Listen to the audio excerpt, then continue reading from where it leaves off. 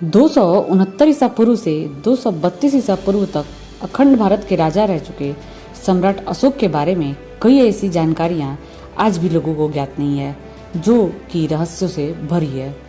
अखंड भारत की स्थापना करने वाले प्रथम सम्राट चंद्रगुप्त मौर्य के पौत्र और सम्राट बिंदुसार के दूसरे पुत्र अशोक ही मौर्य वंश के आखिरी शासक हुए हैं। इतिहास की बात करें तो मौर्य वंश भारत का सबसे बड़ा साम्राज्य था। मौर्य वंश के दौरान ही भारत अपने स्वर्णिम दौर में था और जब सम्राट अशोक ने राज्य संभाला तो भारत उस वक्त दुनिया का सबसे समृद्ध देश हुआ करता था।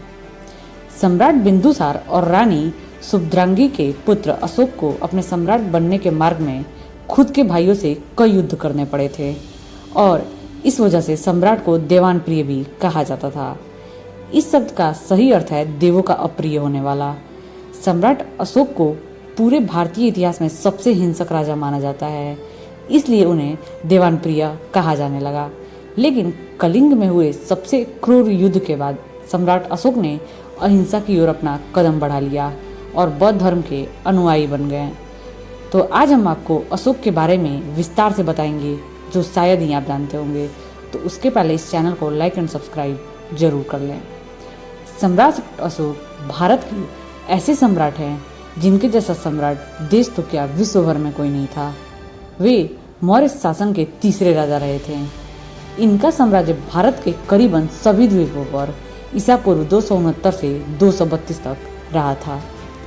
अशोक का जन्म मौर्य वंश के राजा बिंदुसार के यहाँ 304 ईसा पूर्व में हुआ था। लंका की परंपरा के अनुसार बिंदुसार की 16 पटरानियां एवं 101 पुत्रों का वर्णन मिलता है। उसी में एक थे अशोक भी।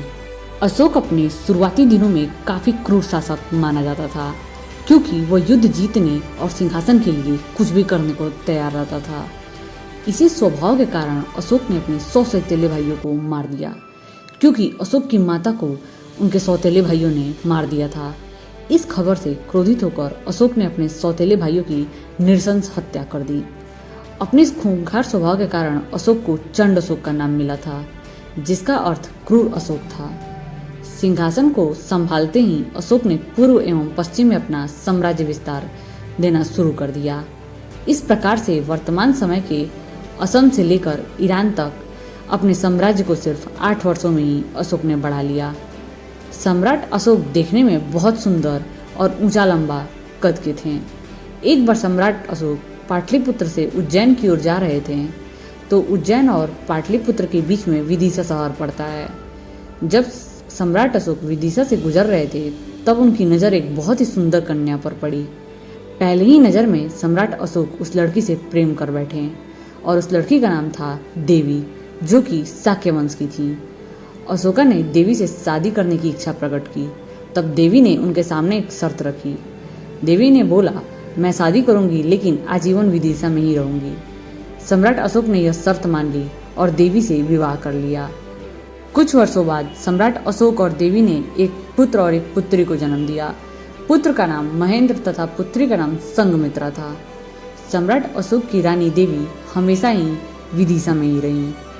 अपने सिंहासन संभालने के कुछ वर्ष बाद अशोक ने कलिंग पर चढ़ाई कर दी, जहां कलिंग से भयानक युद्ध हुआ। 13वें शिलालेख से मिली जानकारी के मुताबिक कलिंग की लड़ाई में तकरीबन 1.5 लाख व्यक्तियों को बंदी बनाया गया था। बाद में उन्हें निर्वासित कर दिया गया। यहाँ 1 लाख लोगों की निर्मम हत्या कर दी गई और 1.5 लाख लोग घायल हुए। ये सभी विध्वंस अशोक ने अपने सामने होते देखा था। इस विध्वंस ने अशोक के मन पर छाप छोड़ दिया और कुछ समय बीतने के बाद अशोक को अपनी गलती का पश्चाताप हुआ और अशोक ने बौद्ध धर्म स्वीकार कर लिया। बौद्ध धर्म में दीक्षित होने के बाद अशोक ने विभिन्न धार्मिक साधनों को अपनाकर लोक कल्याण एवं धर्म का प्रचार प्रसार किया। अशोक के धार्मिक कार्यों के कारण अब प्रियदर्शी के नामों से जाना जाने लगा। अपने राज्य के 20वें वर्ष में अशोक ने लुम्बिनी की भी यात्रा की और इस शहर को कर मुक्त कर दिया।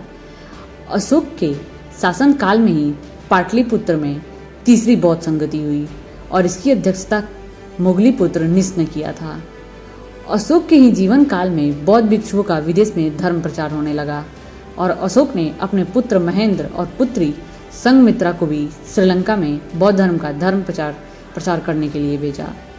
अभी तक अशोक के 33 शिलालेख मिल चुके हैं, जिनको अशोक द्वारा चट्टान, स्तंभ एवं गुफाओं में उकेरा गया है।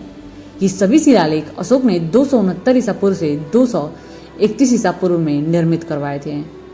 इस समय ये सभी शिलालेख भारत, नेपाल, बांग्लादेश, पाकिस्तान और अफगानिस्तान में मौजूद हैं।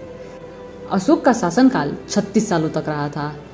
इसके बाद तकरीबन 232 ईसा पूर्व में उसकी मृत्यु हो गई और इस तरह से एक महानतम सम्राट भारत पर अपना अमिट छाप छोड़ गया। तो यह थी अशोक के जीवन की अनसुनी कहानी। अगर आपको यह वीडियो पसंद आई हो तो इस चैनल को लाइक एंड सब्सक्राइब जरूर करें।